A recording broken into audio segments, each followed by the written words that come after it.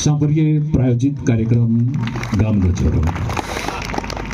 કુંડલાથી હવે કુરજી બાપા રીંગણાની ખેતી કેમ કરવી એનો ઇન્ટરવ્યુ આપે. ભાઈ રીંગણાની ખેતીમાં એવું છે કે ખામણામાં રોપો વાયો ગયો મને ખબર નથી. ગારિયાદારથી ઉલાલા કે પછી સાણિયો ખાતો. ખાસ કરીને આપણા મુખ્ય યજમાનભાઈ પ્રવીણભાઈ અંબારામભાઈને વિનંતી કરું કે પાછી જમાવટ કરો. અને સરકાર ટુરિઝમના અને કાંકરિયા કાર્નિવલ, કાઇટ ફેસ્ટિવલ, પ્રથમ રણ મહોત્સવ થયો તો એનું સંચાલન ડાયરાનું કર્યું. ધોરડોમાં પણ ગયો. તરણેતરના મુખ્ય સ્ટેજ પર પણ કાર્યક્રમો મળ્યા. આપણું બસ સ્ટેન્ડ હમણાં તો નવું બની ગયું, પણ જ્યારે જૂનું હતું ને એમાં સ્વચ્છતા અભિયાન ચાલુ હતું. આપણા એક ગામડાના માજી કે ઘટાણું કરવા આવેલા, બસની રાહ જોઈને બેઠેલા. એ વખતે બધું તોડી ફોડ હતું ને, અને સ્વચ્છતા અભિયાન ચાલે. એ ગામડાના માજી પણ મારું ગામડાના માજી બસ સ્ટેન્ડમાં બેઠેલા અને એક થમ્સઅપનો શીશો ઢાંકણું ખોલ્યું, મોઢે અડ્યું, પાછું મૂકી દીધું. વળી પાછું ઢાંકણું બંધ કર્યું, ઢાંકણું ખોલ્યું 5 મિનિટ પછી, વળી આમ મોઢે અડાડ્યું, પાછું મૂકી દીધું. એમાં એક શહેરનો છોકરો કોલેજિયન એ આમ માજીને આમ ટગર ટગર જોઈ રહેલો. મનમાં વિચારવા માંડ્યો કે માજીએ થમ્સઅપ લેતા લઈ લીધી, પી ન શકાય કારણ કે પેલા સ્ટ્રોંગ આવતી હતી. અને સાહેબ આ બધા થમ્સઅપના બાટલાની બધા કામમાં બહુ આવે. ખાલી બાટલા બહુ કામમાં આવે. પેલા આપણે ખબર કોકના લગ્નમાં જાનમાં ગયા હોય ને તો આપણે હગાવાલા મળે ને સાહેબ, તો આપણને પરેણે ચા પીવા લઈ જાય. હાલો એટલે આપણે જવું પડે. પછી એના ઘરનાને માંડવે જવું હોય, એ તૈયાર થયો હાડી પહેરીને, તા એ કંઈક મહેમાન આવ્યા, ચા બનાવી, અને પછી એનો મગજ જાય કે ન જાય. એટલે પછી આમ ખાટલો ધડ દઈને પસાડે, એકાદું ગોદડું નાખે, 2 મોલ્લાવાળા ઉશિકા મૂકે, 5 ઉપર પંખો ચાલુ કરે, 2-3 હાંઠિયું સુલામ નાખે, એકાદી દિવાળી મૂકે, ને પછી જે ધુમાડો થાય અને દૂધ લેવા જાય લોટો લઈ. 15 મિનિટ સુધી આપણે ધુમાડો ખાવાનો. 20 મિનિટ આવીને લોટો પસાડે, ક્યાંય દૂધ મળતું નથી. પછી કે તો એક કામ કર, શરબત બનાય કે લઈ આવો પેપ્સી, ₹4. 25 પૈસાની એક આવે ને એવી પેપ્સી લાવે. પછી આપણી સામે એ દાંતેથી તોડે આમ, અને પછી ઓલા તપેલી નાખીને આમ જે હાથે ગોબરા હાથે આમ, અને પછી એ શરબત આપણે પીવાનું. પણ હવે બહુ સગવડ થઈ ગઈ.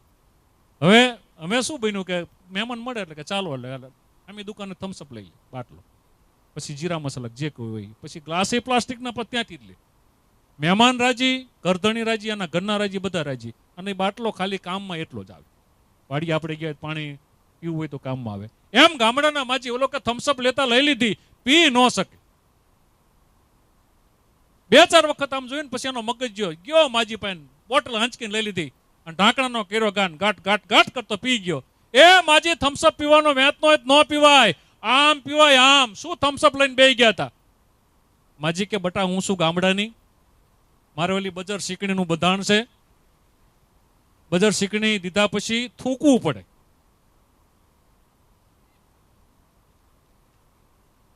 અને અત્યારે સ્વચ્છતા અભિયાન ચાલુ છે, ત્યાં થૂકાય નહીં. એટલે મારી પાસે ખાલી બાટલો હતો, એમાં હું થૂકતી હતી, ત્યાં ઝપટ કરી. પછી ખુલાસો કરવા ન રોકાણ.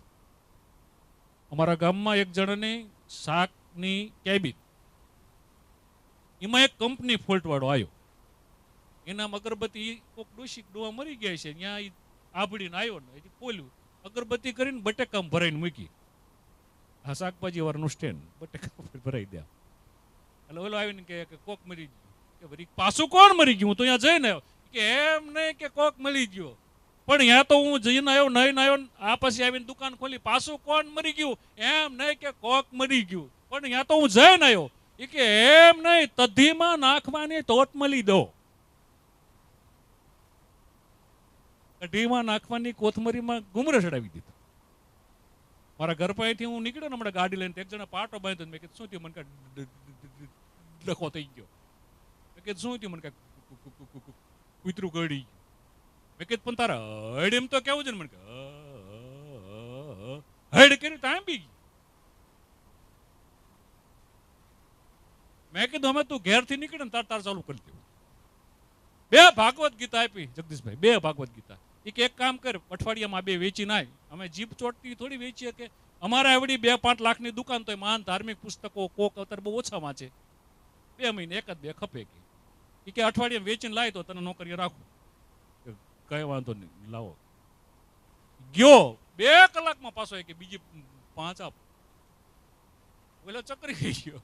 એ કે હજી બીજી 5 આપો. એ કે પણ તે શું વેચી કેવી રીતે? એ કે અમે ફ્લેટ જોયો. એ કે ગયો લિફ્ટમાં 9મા માળે, ડોરબેલ વગાડી, ગયો અંદર, દરવાજો ખોલ્યો, બેન બહાર આવ્યા, હું સોફામાં બેઠો.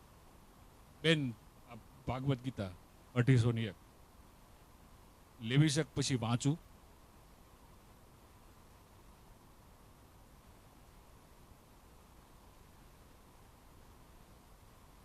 હવે આ કેદી પૂરી કરે કે નટ મલ્લે બજાણિયાના ખેલ ચોરે થતા હતા. નટ મલ્લે બજાણિયાના ખેલ ચોરે થતા હતા અને ત્રીજી પેઢીને તેડીને બાપા ચોરે જોવા જતા હતા. પોતાના દીકરાને લઈને જાય કે આપણી સંસ્કૃતિ. હવે તો આ બધું ગયું. નટ ગયા, બજાણિયા ગયા, મલ ગયા.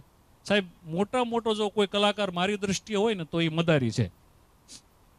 હવે આપણે ભેગું કરે, ડુગડુગી વગાડે બપોરે, ધીમે 1 આવે, 2 આવે, 3 આવે, 4 આવે. પછી એને એમ થાય કે હવે ઓડિયન્સ થઈ ગયું છે, એટલે એ પછી શરૂઆત કરે, એ લે મદારી તને નહીં, તારા નામ ઉપર જલાલામ બાપાના નામ ઉપર ખોલિયાલ માના નામ ઉપર. આપણે એકાદને માનતા જ હોય ને. એ ચોકનો ચપટી ધૂળ લીધો, ફૂંક મારી, ગયો અમદાવાદના ભજીયા ખાવા, ગારા રારા. આ દેરાણી આ જેઠાણી વાતું કરે, લબોલબ ટોલા મારે, ટપોટપ.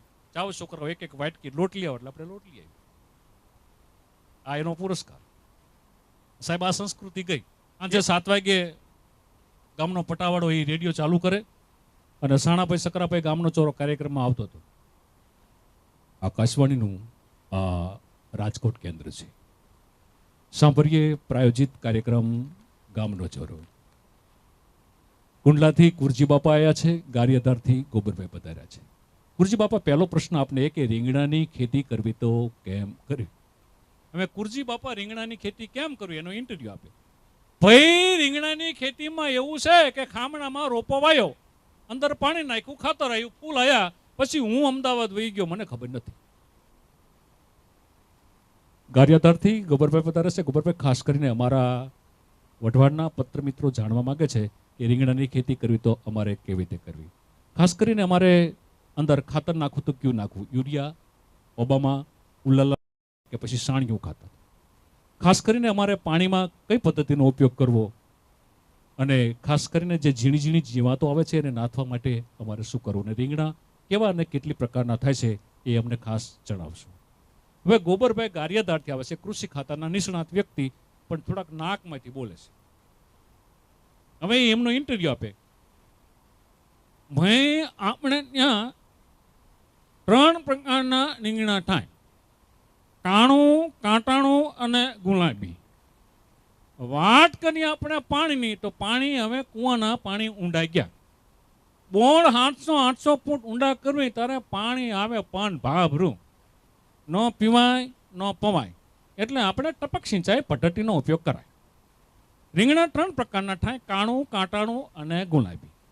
વાત કરીએ આપણે ખાતરની તો ખાતરમાં યુરિયા, ઓબામા, ઉલાલા ખાતરનો ઉપયોગ આપણે ન કરાય. સવારમાં વહેલા ગાડું લઈને ખેતર કે વાડિયા જાતા હોય અને રસ્તામાં જો કોઈનો ઉકળો આવે તો ભરતો જવાનું, પણ ધ્યાન એ રાખવાનું ઉકાળા વાળો આપણને ન જોઈ જાય, નહીતર પાછો વાડિયા આવીને ખરપિયા આપણને ભરી લે. ખાસ કરીને 3 પ્રકારના રીંગણા થાય, કાણું, કાંટાણું અને ગુલાબી.